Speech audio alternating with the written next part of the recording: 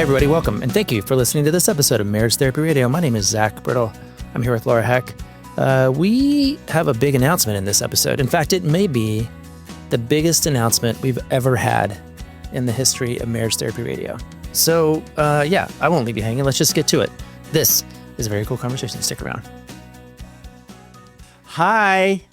Good morning. We've been hanging out with each other. We had a meeting with a publisher this morning. That was kind of cool. She was kicking the tires on Zach and Laura. That's what she was doing, right? Yeah. Yeah.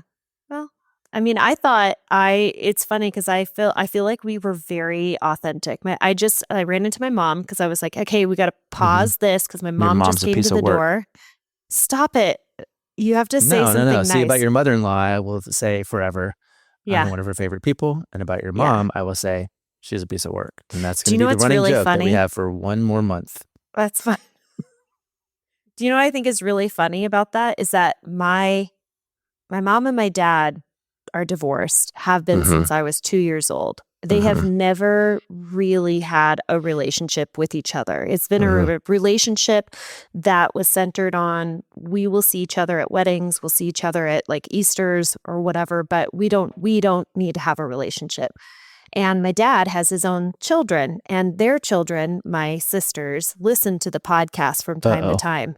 And I am dying because I know that when you say your mom is a piece of work, they're just they're gonna just giggle to themselves because they grew up listening to my dad probably have stories about my mom. Anyway. Yeah.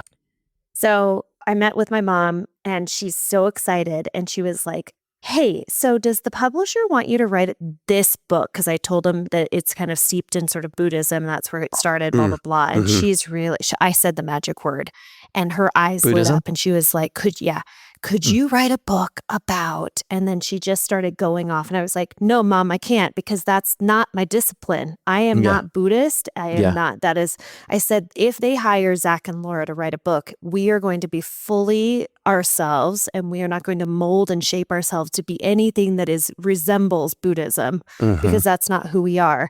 And if they're interested in hiring Zach and Laura, that's what they're going to get. And my mom goes, okay. And I was like, that's okay. It's very cool. So we have this book right now, Reconnect, which is out in the marketplace. You should definitely pick it up, particularly if you're looking for something to do as a Christmas gift, perhaps for your loved ones or whatever.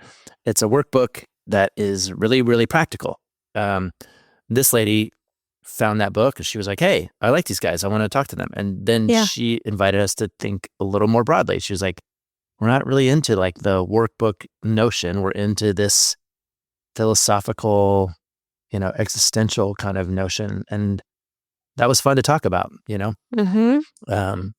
it's cool to have the first book open the door to the second book, which is exciting, and see what happens. So yeah, I'm glad to have talked to her, and it was cool to hear you talk about some things that were important to you, and for me to then go, I don't like that idea, but I like this idea, and then we kind of narrowed it in a little bit. And I think that's what intrigued her. She was like, oh yeah, this will be cool to let those two voices collect. It's hard to figure out how to make the podcast sound.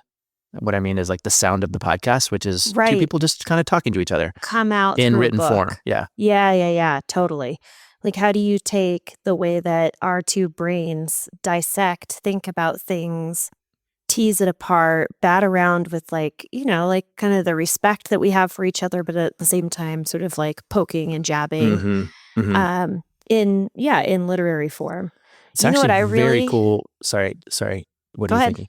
I was going to say, it's very cool that she worked on Phil Stutz's book, because I've read those books, and Phil Stutz is like the therapist to the stars. Yeah. And there was just a movie that came out on Netflix called Stutz, Stutz, that Jonah Hill made about his therapeutic journey with Phil Stutz. So I thought it was actually kind of cool to hear about her work on that project, because it's not that I would want to mirror his book at all, but he has a unique voice in the psychological world, and it's cool to just to hear about that a little bit. But if you're looking for a way to kill an hour and a half, and you're interested in different perspectives on psychology, that Netflix special is pretty cool. Cool. No, what I was going to say is I think that it's really neat. And I think I needed you to have this experience of Laura specifically set up. It's weird to call myself Laura. I don't know. People know that you call me Lala, right? Or that like that's my nickname? Maybe Yeah, I think not. so. It feels uncomfortable when I hear people call me Laura. It's kind of like when, like if Rebecca referred to you as Zach rather than like hun, babe, Z. Z, whatever your nickname is. It feels very jarring to me. So When I talk it's about myself in the important. third person, I say Z Money. Z Z Money Money. is gonna go to the mailbox. He'll be back in a second. Do you do that often? Sometimes, yeah. Oh, cool. You are your own best friend. Yeah. That's fine. But I wanted you to have the experience of me pursuing a project of us together. Like we have signed lots of contracts already that go into next year of us teaching together. But I wanted you to know that that was happening. I wanted you to know that I'm also like entertaining this whole idea of writing a book because this is like the dun dun dun because Zach and Laura are terminating their relationship together. Come on. Don't say it like that. That is not what is happening. The Terminator. No. Whatever that sound is, that sounds like a Terminator. No, but we are coming to the end. I am coming to an end of an era. Yes. Yeah. And we're coming to the end of an era. So and you and I. Yeah. Yeah. What we're talking about is my departure from Marriage Therapy Radio, which I think is the first time we've spoken out loud about it on the podcast. And saying it out loud makes it real. I can see your face. Like, I cannot believe this is happening, right?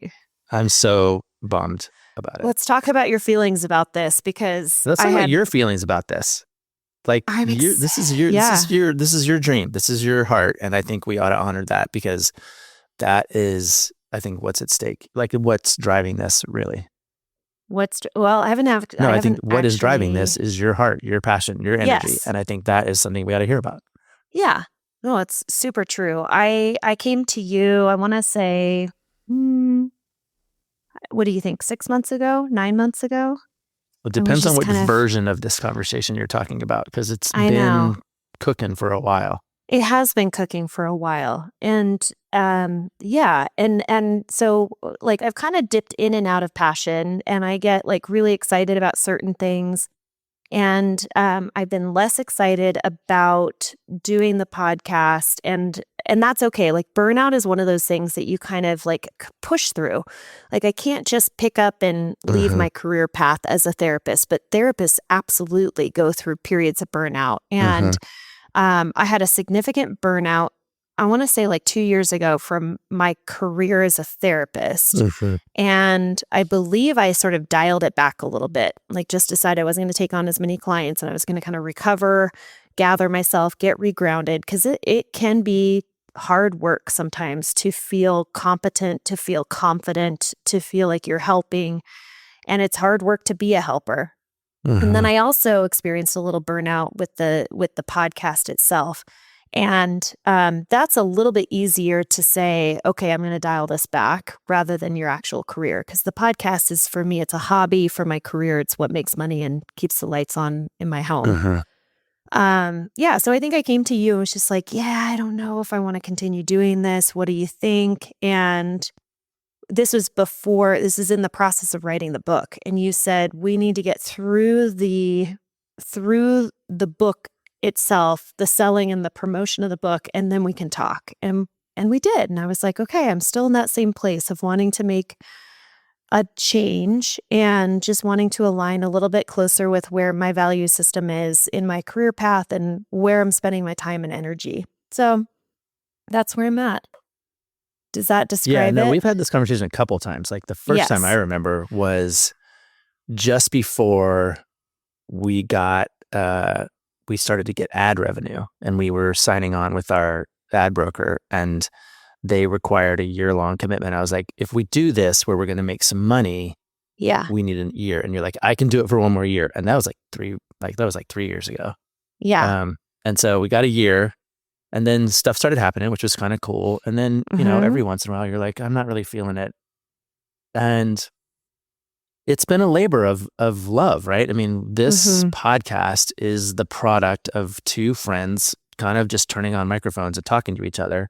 Yeah. And then trying to figure out along the way what the purpose was and whether or not we were going to make any money and whether or not it was going to be a thing that we leveraged into some kind of movie deal or whatever it was, like whatever. And it became kind of apparent that it was just going to be us talking to each other about things that mattered to us or that were coming up. And that, I don't know how long a podcast is supposed to go. I don't know if you're supposed to do it for 10 years or 1 year. Yeah. Or, and then I just, for me, it's a nice, important punctuation in my week, which is pretty heavily loaded with client work. You took the word heavily and you made it into like three separate words. Yeah. It's like pretty heavily loaded with client work. So, Thursday's my day off. I wake up, I get to talk to you, I get to do some stuff. I'm getting a pedicure today. Do I get to pick your colors? Can I pick your colors? Maybe. Okay. I have a little bit of a plan. I'm going to get one today because they're a mess. And so probably get like a little Thanksgiving pedicure, but then the weekend of Thanksgiving, I'm getting another pedicure and that will be my Christmas pedicure. So, okay. I'm sending you a photograph of my toenail, by the way, and you tell me if you think I need a pedicure. You do need a pedicure, period. Don't even send me the photo. I'm sending it to you. Did we say this part already about how like our social media people won't put my pedicure pictures on the internet because she thinks people will unfollow us? Please look at my picture. Please look at my picture. Okay, please I'll look at it. Look at it. Oh, did you text it to me? Yes, I did. Sorry, I thought you were gonna. It's the most disgusting. Good God, Laura, what is this? I completely lost my toenail. It's gone. That is what happened. You can't get a pedicure. They will kick you out. They will say, no, you need to go to the doctor. You cannot have I did go to the doctor. I'm on antibiotics. Oh my gosh. It's disgusting. Like I wish I could show it to you before the actual nail fell off. Like that is it. Finally healed. When is that picture? Is that today? Is that from? No, that was yesterday. Anyway. So hard derail. Okay, hold on. I'm going to send you the before the nail fell off, and you can take a look at what it looked like. It was gnarly. Okay. Wow, we got really distracted. Sorry. Is that like from the marathon? Is that? Yeah. Yeah. So I had a lot of rubbing from the marathon. I didn't even feel it during the marathon, and then I kind of like, I don't know, maybe the next day I was like, ooh, the top of my toe. I'm strangely fascinated by all of it. I think this is actually really cool. But where the nail. But no, you do not need a pedicure. You need surgery. Yeah. But when I went in, the doctor literally she said, "Ooh, I'm actually a little worried you might have staph." And I was like, "Are you kidding me?" She goes, "You might lose the toe." And she stopped, hard stop, and she went back to typing. And I said, "Nail, right? Like toenail, not the toe," because it was a hard. You might lose the toe. And I was dying, and she was like, "Oh, I'm so sorry. No, toenail. If it doesn't come off on its own, I'm going to have to take it." And I was like, "Okay, we have to finish our sentences, doctor. Like that is something I rely on." I just finished watching the show The Penguin, which is on HBO or Max or whatever they're calling it these days. And the Penguin is a Batman villain, and he's got a gnarly limp, and there's one scene where he's taking his sock off and you see his like gnarled up like disgusting foot that is part of his situation. That's reminiscent of what you just sent me. Flippers. Yeah. If people were like wondering like the photo that Laura sent me looks like the penguin's foot. Okay, can we get back to the part where you're leaving the podcast? So derail. This is me like beating around the bush, not wanting to talk about hard things. Well, I listen, here's something I think for sure. I am so happy for you. I think if you are going to claim some of your time back and some of your energy back and channel it in ways that are important to you and your family, 100%, you should do that. There is no reason anyone on this planet should do stuff they don't have to do that doesn't bring them joy or that doesn't reward them in ways that they want to be rewarded. And we have tried. You guys out there in radio, what is it? Marriage Therapy Radio Land? That's what I say, Radio City Land. Sure.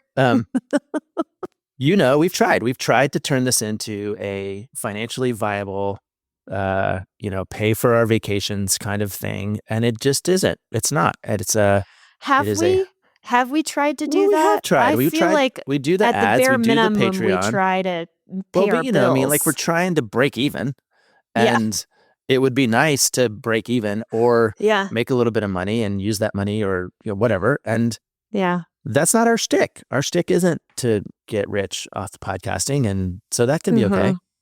And that's not why you're leaving. But if it's not rewarding you in ways that you can look at, touch, feel, appreciate, enjoy, don't do it. Do not waste your time. That is a life lesson for everyone. If school, well, that's on the behind the scenes. If you want to hear about what I'm about to talk about, that's behind the scenes for you Patreon people who want to invest in a podcast that is changing into some other thing here for too long.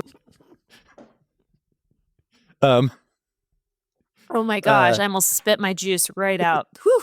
Yeah. No, but like my kid, she doesn't want to go to school. School doesn't do anything for her. It doesn't reward her in any meaningful way. Yeah. And that's just the way she's wired. And so she's kind of in protest against school. And I actually kind of appreciate that. Like, do not just check boxes because they're there to be checked. Yeah. Check the boxes that you want to check. And so I think I think it's absolutely the right choice for you. I think I endorse it. I am happy for you. I know it is not the end of our relationship, and it's not the end of our partnership in any good, like discernible That's important way. that you know that. Like 100%. I like getting a little bit on like a deeper level. It's really interesting, actually. I mean, I've been thinking a lot about this. Like the more vulnerable you have been with sharing what you have tapped into in your own therapy. And I don't know if we've talked much about this on the podcast, but you and I have talked about it in our relationship over time. We've talked about it kind of as we've taught our workshops, as you have taught, and I've been a participant of just uncovering this sort of like wound that you carry about feeling like significant people in your life have ghosted you. And ever since you have been more clear, more vulnerable, and upfront. I did that on purpose to make you stay longer. Well, it worked. But it makes me understand, okay, here is a sensitive part of Zach that he is making me aware of. And as a friend of Zach, as a companion for you, the last thing I want to do is to put you in a space where you are forced to deal with that wound. Like I do not want to come close to touching that wound for you or opening it up. But also, we're in a relationship within the context of this podcast, and it's time for me to go. And I want to make it clear, like in that transition, but I would never I would not be as thoughtful and conscientious about how I leave the podcast if I didn't know about this enduring vulnerability of yours. Yeah. And I think, two things are true, as they always are, and maybe this is a takeaway for people, is that of course it pushes up against that wound. Absolutely it does. But you have been very careful, full of care to steward that and to make sure that they can be two separate things. Like, and it's actually not my biggest problem with you leaving. The me. Like it's not the wound that I have about feeling discarded or left or ghosted is not my biggest challenge right now. My biggest challenge right now is what to do about this platform that we have. Yeah. In part because I am, and always have been committed to partnering with and elevating women's voices. I would never in a million years have a podcast that was just me as some guru trying to be the expert, telling people what they should do with their lives. It's not my jam. Yeah. And so in thinking about what this is for me, I have to think real hard about like, do I keep going without you? Do I do a like Kelly Ripa thing where I interview other women or have co-hosts for a while? Do we change the format and do something that is a little off kilter? I don't know what to do. And I don't want to just... Are you interested in hearing from our listeners, like 100%. what they would be? Yeah, I think this would be kind of awesome to actually open up and say, what would interest you? Like, would it be Laura interesting? has agreed to stay on and read all of the emails and forward the ones to me that I need to read. So she manages her inbox. You can We haven't had You this guys? conversation yet. I'm like, wait, are you gonna? When you say you're done, or what are you done with exactly? Are you? Yeah. Are you done Are with you still managing my gonna? email? Are you done Yeah. with? I Because started forwarding emails to Zach, and just because we're kind of getting to the new year. So I have committed to sticking through to the new year.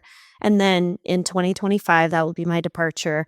And it's funny because I started forwarding things to Zach where I was like, I imagine this will be something in the new year. And he replied back and he was like, what did you write? Like, I don't like this. I was like, I hate this so much. I hate this so much. I was like, what part do you hate? Like, obviously I knew what you hated. Yeah.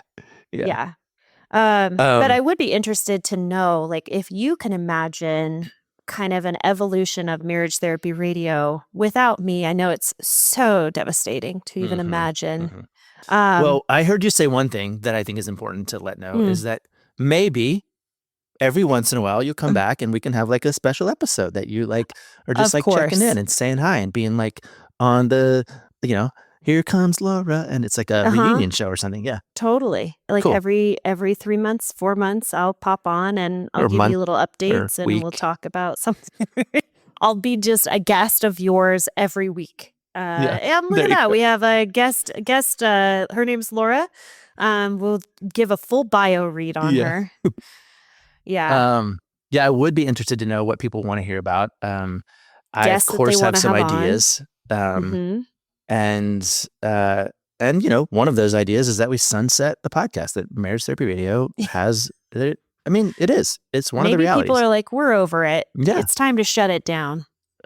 Shut it down. Lock it down.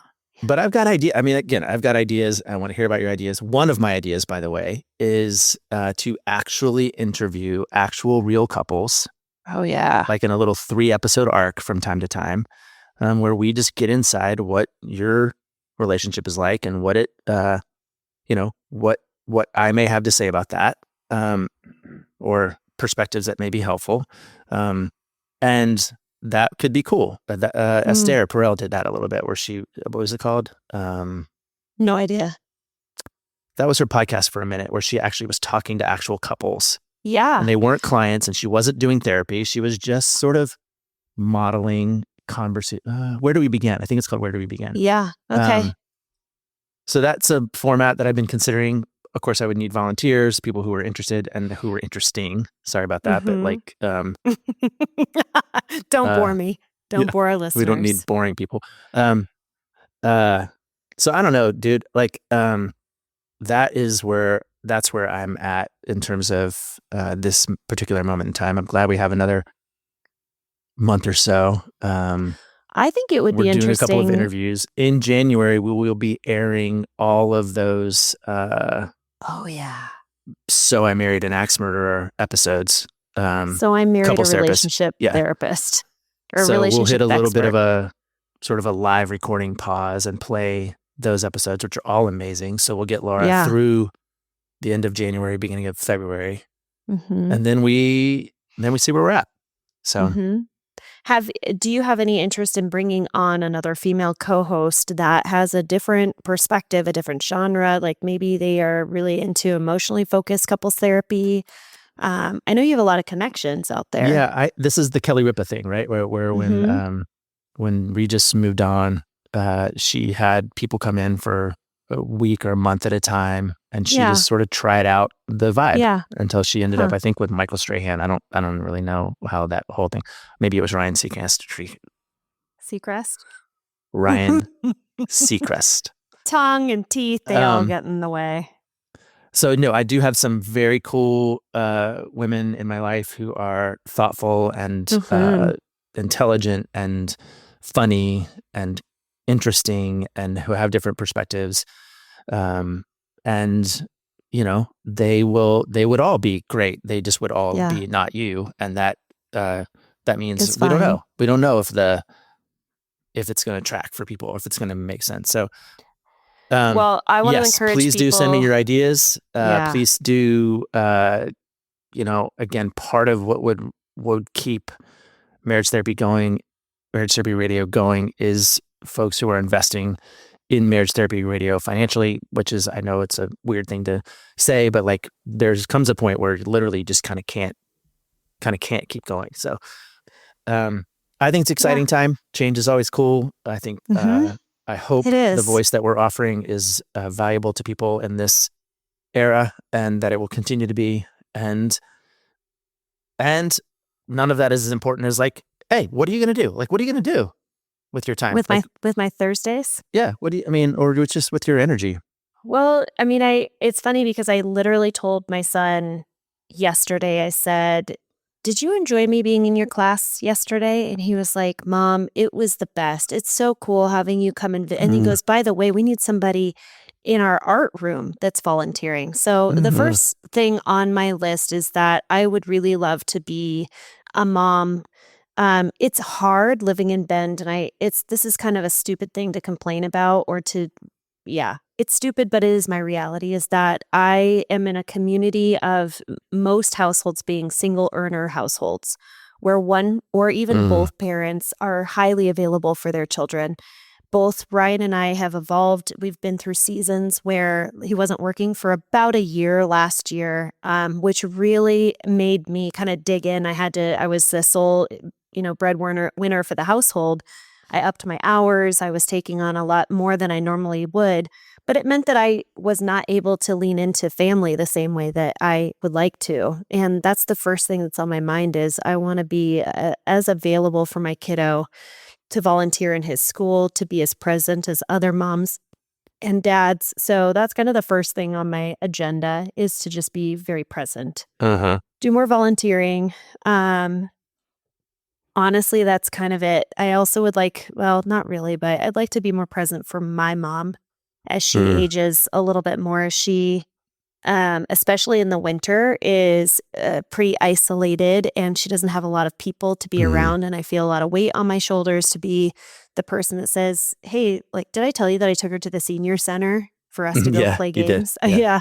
So it was me and about 12 85-year-olds, and we played Mexican Trains, which I don't call it Mexican Trains because I just don't like the name of it. We call it Ghost Train in my household. And anyway, so we played Ghost Train at the senior center for 3 hours. Awesome. And I would like to use my Thursdays to do more of that. I'm going to take her to the whirlpool. Do you know those walking pools where people get exercise because the current is good? Oh, it's a current pool. Anyway. Yeah, it's little stuff like that. I don't have any career aspirations. I'm actually wanting to just kind of cool down a little bit. My husband, yay. I actually think he is now full-time or will be starting full-time as a CEO in January. And we've just continued to trade back and forth. Now you carry the torch. Now you carry the torch. And now he's sort of carrying the torch financially for us. So I'm able to kind of take my foot off the gas pedal a little bit. Yay for me. Yeah, that's cool. Yeah, and you might write a book. Hey, we might write a book. There is no Laura might write a book. There is no world where I will write a book without you. So it's either us together or it's not happening. Or you write by yourself. Yeah. Which is you're perfectly capable of doing. Yeah. Yeah. Yeah, that's exciting. I think again, it's phases. We were making the psych thing up the whole time. So it's time to just make up a different phase. That's cool. I'm all about it. I mean, not all about it, but I'm aware that to everything there's a season. So yeah, turn. Yeah, it is. I was just going to say it's ironic that it's at the 7-year mark, because when I talk to my couples about just sort of the phases that life goes through and the life seasons and how you need to reevaluate every 7 years the relationship that you're in, what is the purpose of the relationship? What are the roles? What are the expectations? I have been kind of okay, I'm a little itchy. I'm ready to sort of reevaluate what this looks like. And it happens to be at the 7-year mark. So who knows what's going to happen in the next 7 years. Yeah. Maybe we'll have a television show together. Okay. Well, now I'm just sad. So I don't think I can talk about anything else anymore. Can I talk about my period? Please. Let's do that. You guys, today marks 32 days, no drinking, no alcohol. Yep. I'm having a hard time resonating with the word sober. I was recommended this book by a girlfriend, and it was, it's, I'm going to have to figure out what the name of it is. But essentially she dives in and she's like, I don't like the model, the AA model. And she kind of dissects it, and like the whole language around sobriety, it just doesn't kind of resonate with me in particular. But so when I say sober for 31 days, that doesn't resonate with me. But I will tell you that the positive impact of just kind of detoxing my body for the last 31 days is, number one, I have a thinner face. Can you see it? Does my face look any thinner to you? Leaner? I'm not going to comment on that. Okay. Thank you. I appreciate that you don't want to comment on that. Well, I think my face looks less puffy. And I think you look the same as you always do, which is amazing and wonderful. And would you please stay on the podcast? Go on. And by the way, all I want for Christmas is for you to stay on the podcast. Change your mind. Yeah. But also, this is my first period since I have been detoxing, and I can tell you that it is significantly different. I do not feel impacted at all. My energy is still really high. My skin. What do you mean when you say that? Because that you're not speaking my language. You meaning like your period hasn't slowed you down or made you feel gross? Like, what do you mean when you say I don't feel impacted at all? Well, okay, so there's a couple of things that happen. Is that I'm anemic, and so losing blood during this time of you guys, look at what you're gonna miss. You're gonna miss this toenail bullshit. You're gonna miss the anemic period stuff. This is all going away. So you should chew it up while you can. That's right. Like, this is it. Download it now. No, because I get anemic, and part of my anemia is that I get really tired. And so it's like a double down of me being really tired, but I don't have a lack of energy. I'm noticing that just like my cramps are not significant, my sleep is still fabulous. So there's so many positive impacts that I'm noticing of my body, when generally this is a time when I don't feel as good and I am just powering through. And I remember listening to a podcast, and a woman was talking about menopause and drinking. And she was saying, ladies, if you're struggling with the symptoms of menopause, the first thing that needs to go is your drinking. And I just was like, okay, I mean, I'm not struggling with menopause, but I might as well get a handle on it now. I got 10 years to go to be sober before I hit there. So anyway, yeah. That's cool. That's my update. I just wanted to share that with you. So for all you ladies out there who are wondering about whether or not this might be a useful activity to abandon alcohol, maybe this is a hidden benefit that you didn't know was available to you. That's right. Yeah. So, we talked about it last episode, or maybe the one before that. And I think maybe I said this in an episode, which is the idea that like I quit drinking on November the 13th, and like there's sort of this little hidden nugget of sobriety community that's like real people get sober before the holidays. Yeah, you did talk about that. Maybe now is the time. Like maybe now you can like check 2 boxes. That's a thing I'm saying a lot today, checking boxes. Check the boxes? Yeah. Yeah. Anyway, you can get your period back, and you can be a real woman for quitting before the holidays. That's right. I like it. Or man, it doesn't, whatever. What are you doing for Thanksgiving, by the way? Did I already ask you We're this? here. We are going where we always go, which is actually, so what we did for Thanksgiving was we went to my, because this is after Thanksgiving. Oh, got it. Okay. We went to my sister-in-law's house where we always go. I'm glad we're talking about this because I have been thinking a lot about gatherings. Actually, I think this might be a question that was sent in to us by a listener talking about. So now, 35 minutes in, we're going to get to the thing that you guys want to hear about. Right. And also, we're going to play this after Thanksgiving, so it's not going to be helpful at all. Hope that went well. Yeah. But you know what? There's always the next holiday coming up because this is like the series of holidays. There's a bunch of them. A season, exactly. But I set a boundary with my mom in particular where it was before voting ever started. She would come in and we love to like tease my mom because she gets really riled up. But there is a point at which I need her to just stop talking. Like, she is home all day long. She watches like the news all day long. She can oftentimes get really sucked into the negativity of what's going on in the world. It's a really scary place for her. And when she brings that energy over to the house, and that's what she wants to talk about at the dinner table, we have said, Mom, we love you to pieces. I know that we are probably the only humans that you've interacted with in the last 7 days, but we can't do this right now. Like, our intention is for us to connect with each other. We want to have meaningful conversations, but the types of conversation, the topics that you're bringing up, the devastation, the pain, all of that, we just can't dive into it at the moment. And also, we don't give her the type of feedback that she's looking for. And so it's all around very invalidating, and it's just not a fun conversation for anybody to have. So we have established some boundaries around, we don't talk about those types of things in our house. And she also knows when she gets around Ryan's mom, like, oh, she doesn't like to engage in politics. And I was like, no, none of us do. But we at least play the game with you as long as we can. Yeah. So I do think it's really helpful to say, like, this is going to be a very positive, neutral environment, and we're not going to be discussing X, Y, Z. Yeah. And here's the other one, or else. And two having people a in particular. consequence. Yeah, I mean, or else you're going to leave. Okay. You're going to not be at Thanksgiving. Or Christmas, is it important to establish, like, not only as like a, hey, I've had this private conversation with these two people that we're not going to be having these conversations, but do you think it's helpful to, at the dinner table, just be like, and just as a reminder to everyone, we are all going to be keeping the mood nice and light, and maybe kind of depends on your table, I guess. Yeah.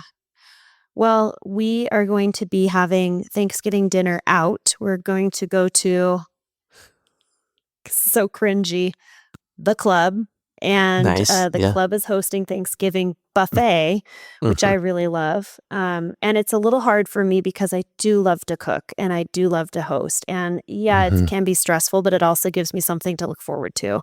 So I'm also going to be smoking a turkey on the smoker with a Traeger. So we'll be doing that as well. So we can send all the moms home with leftovers so that they can eat for the next week.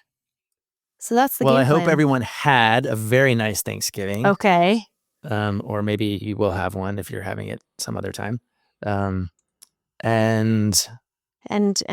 also, if you have some thoughts, some ideas that you would like to pass on to Zach of how you would like to see Marriage Therapy Radio, this is a really cool opportunity to have email some Laura influence. And let her know what you think. Yes. Oh, I will let you know that I am the one who sees the emails. So if you're like, thank God you got rid of her, she was awful, just keep that to a minimum, because I do still read the emails. After January, you are welcome to email him and badmouth me. Whoa. Hold your horses now. This is we haven't negotiated these terms yet. Well, maybe you need to find your co-host, who will also be the roles and responsibilities of reading and responding to emails. There you go. There you go. All right. It's info@marriagetherapyradio.com. Lots of great suggestions for how Zach can transform this into, the podcast you've always wanted. They're like, we're going to get like 100 emails next week to be like, finally, here's what we think we should do. Seriously. Been dying to give you these suggestions, but we're very open. And by the way, if you're malleable. interested in auditioning for the role of Ryan Seacrest in then sure, by all means, let me know if you want to be the. What's his last name? Seacrest. Okay, there we go. All right, just curious. Okay. Or Michael Strahan, or I think it's her husband now, Mark Consuelos or something. Is that his name? It's probably a babe. He is. Yeah. We gotta go. Yeah, let's land this plane. All right, let's do it. Adios. Thanks so much for listening to this episode of Marriage Therapy Radio. Yes, this is the official announcement. I, Laura Heck, will be exiting stage left of Marriage Therapy Radio. You will hear my voice into the new year because we have pre-recorded and we'll be sharing those episodes to give a little bit of a buffer before the transition. But I will be officially done with Marriage Therapy Radio as of the new year. Thank you for all of your time and attention, making your relationship better today than it was yesterday.